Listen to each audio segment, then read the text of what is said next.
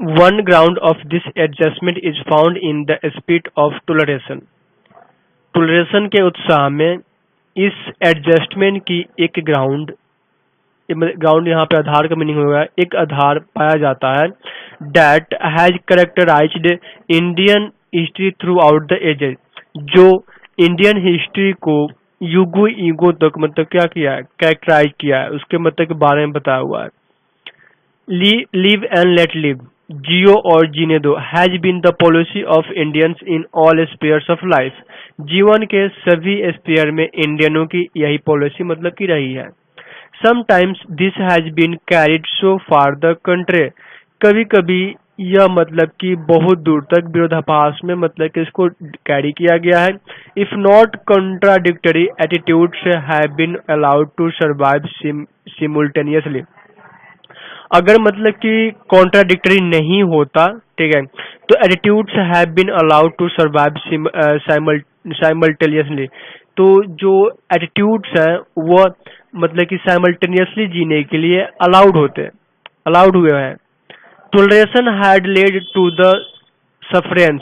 टोलरेशन जो है वो सफरेंस को यानी कि पीड़ा को लीड किया था। Of civil and even indifference to the values of life, civil and even difference यानी यहाँ तक कि असमानता को भी, ठीक है, टू वैल्यू ऑफ लाइफ यानी जीवन के मूल्यों तक। दिस हाउएवर फिर भी यह is eight worst the defect of a virtue, फिर भी यह जो है वह मतलब कि एक वर्च्यू की सबसे बड़ी डिफेक्ट है। Such toleration is perhaps preferable to fanatic devotion, और ऐसी जो टोलरेशन है कभी कभी वह फैनेटिक डिवोशन से, शायद फैनेटिक डिवोशन से मतलब क्या है, अच्छा है, ठीक है। Which leads to the denial and persecution of all other values of its own, जो कि ये लीड करता है to the denial and persecution of all other values, यानी कि और दूसरे मतलब कि वैल्यूज के जो परसिक्यूशन है, ठीक है, उसको। Throughout the changes of Indian history we therefore find a spirit of underlying unity, यानी कि इंडियन हिस्ट्री के चेंजेस से हो करके वी देयरफॉर फाइंड, हम लोग मतलब इसलिए पाते हैं एक स्पिरिट ऑफ अंडरलाइंग यूनिटी, अंतर्निहित एकता की एक स्पिरिट, विच इन्फॉर्म्स, जो कि इन्फॉर्म करता है, the diverse expression of its fate, इसके मतलब लाइफ की डाइवर्स एक्सप्रेशन को। But the unity was never a dead uniformity, लेकिन यूनिटी जो है वह कभी भी एक डेड यूनिफॉर्मिटी नहीं थी। A living unity never is, यानी कि एक जीती हुई यूनिटी कभी नहीं। Unity and universality must belong to any culture that is true and vital, unity और यूनिवर्सलिटी जो है, ठीक है, वह मतलब किसी भी कल्चर से मतलब कि बिलोंग करने चाहिए, that is true and vital, जो कि मतलब कि सत्य है और शक्तिशाली है। Now culture is a concept, अभी जो कल्चर है वो क्या है, एक कंसेप्ट है, which can not be simply, जिसे मतलब कि आसानी से और यूनिटरीली डिफाइंड, जिसको मतलब कि आसानी से डिफाइंड मतलब कि नहीं की जा सकती है। There is no single character or mark which can be regarded as the essence or distinctive feature of the culture, यानी कि ऐसा कोई भी सिंगल कैरेक्टर नहीं है, यानी कोई ऐसा सिंगल बात नहीं है या कोई ऐसा मार्क नहीं है जिसको मतलब समझा जाए कि यह कल्चर के मतलब की डिस्टिंक्टिव फीचर है। It is always a complex of many stands, यह मतलब कि हमेशा बहुत सारे स्टैंड की क्या कॉम्प्लेक्स है। Of varying importance and Vitality, यानी कि इम्पोर्टेंस और वाइटलिटी को मतलब कि चेंज होते हुए भी, चेंज करके भी, यानी कि चेंज के साथ भी कह सकते हैं आप इसे। If we attempt to differentiate between culture and civilization of life, अगर हम लोग कोशिश करते हैं, ठीक है, डिफरेंशिएट करने के यानी अंतर बताने के लिए, किसमें, तो between culture and civilization, culture और सिविलाइजेशन के बीच ऑफ लाइफ, जीवन की, which makes civil society possible, जो कि सिविल सोसाइटी को पॉसिबल बनाता है। Culture of other hand, on the other hand, culture मतलब कि दूसरे हाथ में, दूसरी तरफ, is the resultant of such organization, मतलब ऐसे ऑर्गेनाइजेशन का मतलब एक रिजल्ट है, एंड एक्सप्रेसेज इटसेल्फ, और खुद को एक्सप्रेस करता है थ्रू दो language and art, through language and art, यानी कि लैंग्वेज और आर्ट के से हो करके, through philosophy and religion, philosophy और रिलीजन के द्वारा, through social habits, social habit के द्वारा, कस्टम्स, कस्टम के द्वारा, एंड थ्रू पॉलिटिकल इंस्टीट्यूशंस, और साथ में राजनीतिक संस्थाओं के द्वारा, इकोनॉमिक ऑर्गेनाइजेशन और आर्थिक संस्थाओं के द्वारा भी। Not one of them is separately culture, उनमें से अकेला कोई कल्चर नहीं है अलग अलग, but collective they constitute the expression of life, लेकिन वे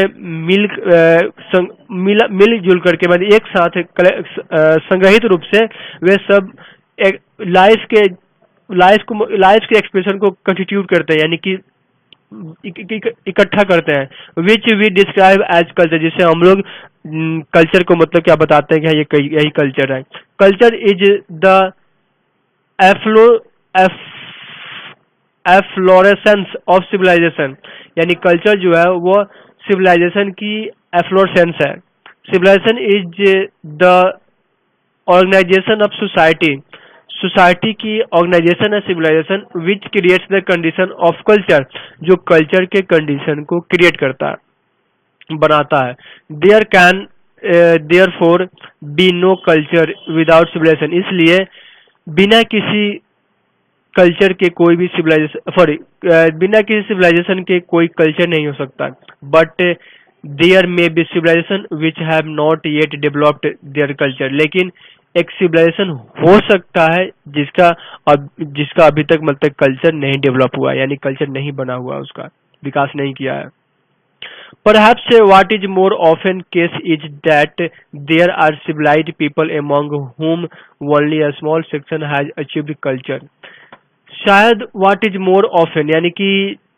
जो मतलब कि ज्यादा ऑफन है, ठीक है, प्राय है, केस इज यानी कि जो ज्यादा मतलब कि ये क्या कहते हैं, मतलब कि यहाँ पे मीनिंग दिया हुआ है, कहने मतलब कि जो अक्सर ऐसा मतलब कि केस है होता है, जो प्राय ऐसा होता है, मतलब कि that there are civilised people, यानी कि सिविलाइज जो पीपल हैं, among whom, यानी कि जिनके बीच में only a small section has achieved culture, कुछ ही मतलब कि जो सेक्शन है वो मतलब कि कल्चर को प्राप्त किया हुआ है। कहने का मतलब यह है कि यहाँ पे तो बहुत बड़ी मतलब कि सिविलाइजेशन है और बहुत सारे यहाँ पे लोग हैं, लेकिन उसमें से कुछ ही लोग जो है वो कल्चर को प्राप्त कर गए हैं। We have therefore had and still have races and nations that are civilized. इसलिए हम लोगों के पास था, ठीक है, और अभी भी है, रेसेज एंड नेशंस, यानी कि बहुत सारी जातियां, बहुत सारे राष्ट्र, डेट आर सिविलाइज, जो कि मतलब कि सिविलाइज है, यानी हमारे यहाँ बहुत सारे प्रांत हैं। बट एक्सेप्ट फॉर इंडिया, लेकिन इंडिया को छोड़ करके, we have not yet had any nation, अभी तक हम लोगों को ऐसा कोई नेशन नहीं मिला है और रेस और कोई जाति नहीं मिली है that could be regarded as cultured, जिसको हम लोग मतलब कि कल्चर्ड कह सकते हैं, जिसको कल्चर की तरह मान सकते हैं। If all it's sections and classes, देखिए इन इसके मतलब कि सभी भागों में और सभी वर्गों में, for here in India, India में यहाँ पे culture is almost as extensive as civilisation, culture जो है वो प्राय मतलब कि सिविलाइजेशन की एक्सटेंसिव पार्ट है, यानी कि बढ़ा हुआ पार्ट है। The experience of European countries gives us cases of civilisation without culture, यानी कि यूरोपियन कंट्रीज की अगर अनुभव वहाँ की जो है वो मतलब कि हम लोगों को ऐसे केस देता है जिसमें कि बिना कल्चर का सिविलाइजेशन है। In India on the other hand, लेकिन इंडिया में दूसरी तरफ, even the casual tourist has observed, यहाँ तक कि जो मतलब कॉजुअल टूरिस्ट जो है मतलब कहने मतलब कि हमेशा जो आते रहते हैं टूरिस्ट, वो मतलब कि देखे हुए हैं यहाँ पे that the difference between the masses and classes is not one of quality, कि यहाँ पे जो मासेज है यानी कि लोगों के जो लोग हैं और जो क्लासेज है यहाँ की जो वर्गीकरण की गई लोगों के बीच, ठीक है, उनमें क्वालिटी में कोई भी समानता नहीं है, यानी कि इक्वालिटी की नहीं है। Can be explain in terms of information and opportunity, जिसको इंफॉर्मेशन और अपॉर्चुनिटी के टर्म में एक्सप्लेन किया जा सकता है। If is often otherwise in Europe, अगर प्रायः मतलब कि ये यूरोप के अलावा मतलब कि छोड़ करके, ठीक है, यूरोप को छोड़ करके, there the difference in the quality between the masses and the classes is at times so great that is shaken the faith of the most fervent of Democrats. There the difference in quality, यानी कि quality में मतलब कि जो difference है, अंतर है, between the masses and classes, यानी कि मास और क्लास के बीच, ठीक है। इज एट टाइम्स यानी कि कभी कभी, सो गेट इतना अधिक हो जाता है, डैट की इट हैज सेकन द फेथ, यानी कि यह फेथ को मतलब क्या भी हिला देता है, of the most fervent of Democrats, Democrats के मतलब कि जो सबसे अधिक मतलब कि फर्वेंट से उत्साही है, ठीक है, उनके भी विश्वास को हिला देता है। The remarkable phenomenon of can be explained only in the terms of unity and continuity of Indian culture, यानी कि जो रिमार्केबल फिनोमेनन है, ठीक है, कहने मतलब कि जो रिमार्केबल फिनोमेनन जो है, ठीक है, यानी कि जो घटना है, कैन बी एक्सप्लेन किया जा सकता है only in terms of the unity, unity के मतलब के टर्म में, and continuity of Indian culture, और इंडियन कल्चर के मतलब कि कंटिन्यूटी में, ठीक है। कहने का मतलब कि unity is one sorry unity is in one sense the common characteristic of all culture,